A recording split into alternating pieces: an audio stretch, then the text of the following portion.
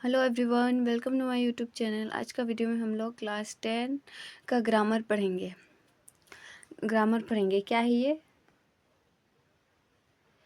Fill in the blanks with suitable non finite keep in the bracket. तो ये क्या है? नॉन फिनिटी से है, तो इसके लिए ये बनाने के लिए नॉन फिनिटी पढ़ना पड़ेगा।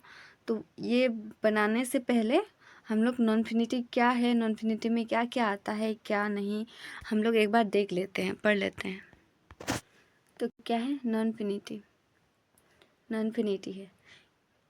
नॉन फिनिटी में क्या आ रहा है? वर्ब आ रहा है। तो वर्ब क्या है? वर्ब पढ़ेंगे। वर्ब क्या है? वर्ब का डेफिनेशन है ये। क्या है? A verb is an action word it से समथिंग अबाउट ए नाउन और प्रोनाउन इन सेंटेंस। जैसे राम गोज टू स्कूल। जैसे राम गोज टू स्कूल, तो गोज हो गया वर्ब, और इस वाक्य में गोज क्रियासूचक शब्द है और ये नाउन राम की क्रिया को सूचित कर रहा है। ऐसे ही शब्द को हम वर्ब कहते हैं। तो वर्ब क्या है आप लोग को समझ में आ गया होगा। अब वर्ब का कितना भेद होता है वो देखेंगे, कितना पार्ट होता है वर्ब का। तो वर्ब का पार्ट कितना होता है? वर्ब का दो भेद होते हैं। एक है बनावट की दुष्ट से और एक है रूप फ्रॉम के दुष्ट से। तो पहले पढ़ेंगे बनावट की दुष्ट से। इसमें क्या है? दो पार्ट है, एक्सिलरी वर्ब और मेन वर्ब। एक्सिलरी वर्ब का दो पार्ट है, क्या है? प्राइमरी और मॉडल। और मेन वर्ब का भी दो है, इंट्रांसिटिव और ट्रांसिटिव। इसके बाद जो 2 नंबर में है रूप फ्रॉम के दुष्ट से, ये फाइनेट वर्ब है और नॉट फिनिट वर्ब है। तो पढ़ेंगे कहाँ से?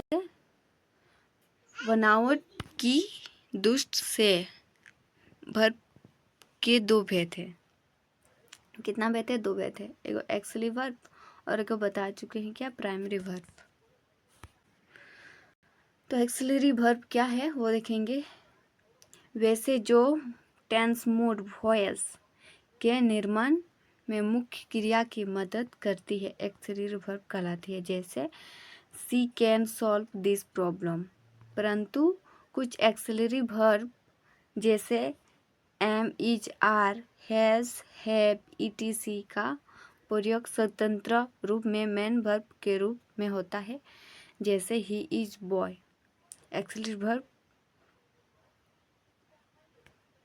तो यहाँ तक समझ में आ गया होगा कि एक्सिलरी वर्ब क्या होता है। एक्सिलरी वर्ब में आता है is, are, am, has, have, extra. इसके बाद एक्सिलरी वर्ब का ही दो पार्ट है, प्राइमरी और एगो मॉडल बताए थे। तो उसका देखेंगे क्या है? प्राइमरी देखेंगे। प्राइमरी वर्ब क्या है? क्या है प्राइमरी वर्ब? इनका प्रयोग मेन वर्ब और हेल्पिंग वर्ब दोनों रूप में होता है। ये संख्या में 11 है। तो देखो, एक नंबर है टू बी, तो ये होगा इसमें इज, एम, आर, वास और वेयर। और हैव में क्या? Have, has, had, helping verb. और क्या है? Do, does, did, doing, don't, etcetera. Primary verb भी समझ में आ गया। अब मॉडल वर्ब देखिए। मॉडल वर्ब क्या है? मॉडल वर्ब इनका प्रयोग हेल्पिंग वर्ब के रूप में होता है। ये संख्या में 13 है। ये 13 है। तो क्या है? ये 13 है। गिन लीजिएगा, ये 13 ही है। देखिए, can, could, must, may, might, shall, should, will, would, use to, ought to, need, dare. तो ये होता है, ये हो गया मॉडल वर्ब। इसके बाद आ रहा मेन वर्ब। तो क्या है? मेन का क्या है बताए थे? मेन का है एगो है ट्रांजिटिव और इंट्रांजिटिव। तो ट्रांजिटिव क्या है? यदि क्रिया के कार्य व्यवहार का असर कर तक ही संपत्ति ना रह कर अन्य व्यक्ति वस्तु पर भी पड़े तो उस क्रिया को ट्रांजिटिव कहते हैं। जैसे हरी विसेट ही इज कोल्ड, तो ये हो गया विसेट हो गया, ये हो गया ट्रांजिटिव वर्ब। और इनट्रांजिटिव क्या है? इनट्रांजिटिव है जिस क्रिया के कार्य व्यवहार का अक्सर उसके कर्तव्य तक ही सीमित रहे और अन्य किसी व्यक्ति वस्तु पर ना पड़े, उसे इनट्रांजिटिव कहते हैं। जैसे हो गया ही डेड इन स्लीप, तो क्या हो गया? स्लीप हो गया ये इनट्रांजिटिव। क्या है उपयोग? उदाहरण में डेड का फल उसे सब्जेक्ट ही पर पड़ रहा है। तो समझ में आ गया बनावट की दुष्ट, समझ में आ गया। ये एक्सिलरी वर्ब में प्राइमरी और मॉडल है और मेन वर्ब में इंट्रांजिटिव और ट्रांजिटिव वर्ब है। इसके बाद अब पढ़ेंगे क्या है 2 नंबर में रूप फ्रॉम के दुष्ट से। ये क्या है? फिनिटिव वर्ब और नॉन फिनिटिव वर्ब। क्या है? रूप की दुष्ट से वर्ब को 2 भेद। क्या है? फिनिटिव वर्ब। फिनिटिव वर्ब क्या है? वैसे वर्ब जो अपना रूप सब्जेक्ट तथा टेंस के अनुसार बदलाव लेते हैं फिनिटिव वर्ब कहलाते हैं। जैसे होगा she is doctor, they were doctor. तो फिनिटिव वर्ब समझ में आ गया। इसके बाद देखते हैं नॉन फिनिटिव। नॉन फिनिटिव क्या है? नॉन फिनिटिव क्या है?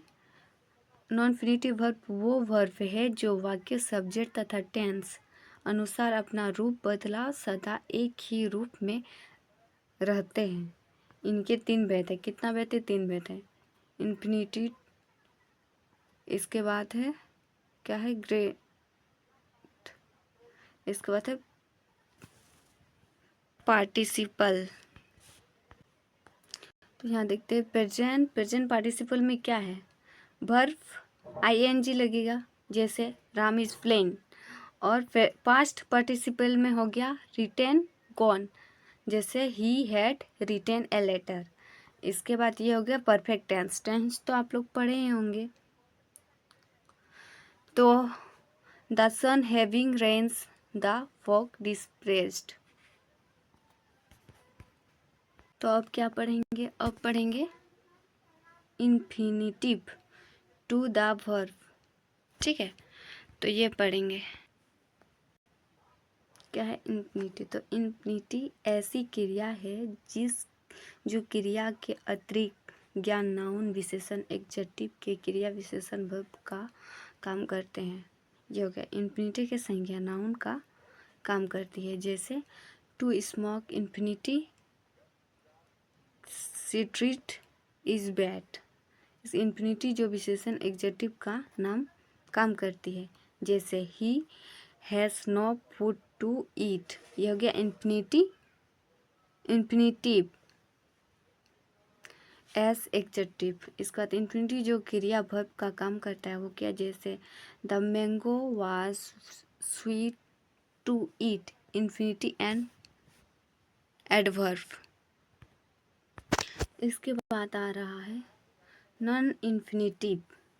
तो नॉन इन्फिनिटिव का प्रयोग निम्नलिखित कार्यों के रूप में होता है सब्जेक्ट के रूप में। जैसे हो गया to work subject in morning is held, जैसे B number. Transitive verb object का रूप में, जैसे मोहन डिस्क्राइब टू इट, ये हो गया सब्जेक्ट।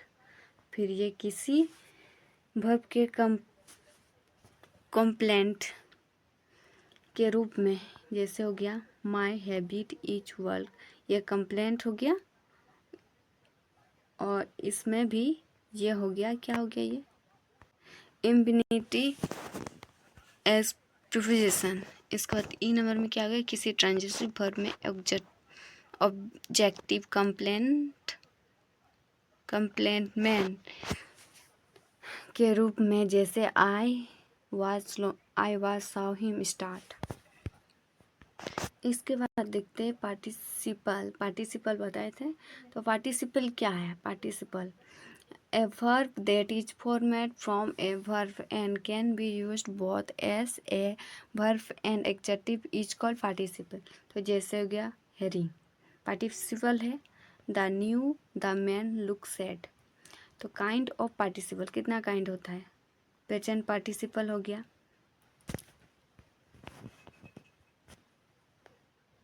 इसके बाद बता चुके हैं वहाँ पे परफेक्ट हो गया और एक पास्ट हो गया. ये 3 पार्टिसिपल होता है. Use participle. पार्टिसिपल कैसे यूज़ करते हैं? तो देखो वर्ब के रूप. पार्टिसिपल का एक्सलरी बी हैव के प्रोसेस परफेक्ट तथा प्रोसिव वर्ब फ्रॉम के बनने के लिए किया जाता है. जैसे I was training when I go him. तो ये समझ में आ गया वर्ब पहला. इसके बाद एडजेक्टिव के रूप में कैसे यूज़ करते हैं पार्टिसिपल. पार्टिसिपल का प्रयोग एडजेक्टिव के रूप में भी किया जाता है. तो क्या है ये? I love the noise of feeling. तो ये एडजेक्टिव समझ में आ गया है पार्टिसिपल का. अब एडवर्ब क्या है? जैसे ये देखिए, see Ram same out of room. समझ में आ गया है. इसके बाद क्या है? प्रेडिक्ट के रूप में क्या है? You kept me rating. ये हो गया. और एक एब नंबर हो गया. वाक्य में पार्टिसिपल का प्रयोग अनेक प्रकार से हो सकता है, परंतु टेंस वॉइस फॉर्मेट छोड़ के अन्य स्थिति में यह वाक्य में प्रयोग किसी नाउन या प्रोनाउन का सिर्फ मॉडर्न करेंगे. जैसे हो गया I saw him reading nice.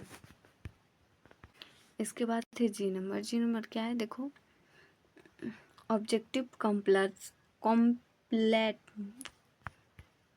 कॉम्प्लेटमेंट के रूप में. तो क्या है? ऑब्जेक्टिव प्लस पार्टिसिपल का प्रयोग वर्ब का सेशन के बाद किया जाता है. जैसे वर्ब का सेशन हो गया she her feel watch noise small. तो जैसे have you ever had a nothing single. तो इतना तक समझ में आ गया होगा. तो अब ये क्लीन द बैलेंस आराम से बना सकते हैं. कौन सा वर्ब में है, कौन सा इंफिनिटी में है, कौन सा पार्टिसिपल में है, कौन सा प्रेजेंट में है, क्या क्या है हम लोग बना लेंगे अभी. तो क्या लिखा हुआ है यहाँ पे? Find the fill the blanks with subjective non infinity give in the bracket. तो यहाँ पे ब्रैकेट में जो दिया हुआ है advising, speaking, writing, to chat. तो ए नंबर देखते हैं. ए नंबर क्या है? I am not afraid dash the true. ये हो गया पार्टिसिपल में. कौन सा? पार्टिसिपल में प्रेजेंट टेंस हो गया. तो इसमें क्या होगा? Speaking truth. इसमें होगा स्पीकिंग ट्रूथ ए नंबर में. इसके बाद बी में क्या है? Days was difficult. तो इसमें होगा एडवाइजिंग बी नंबर में. इसके बाद क्या है? Mohan treat me.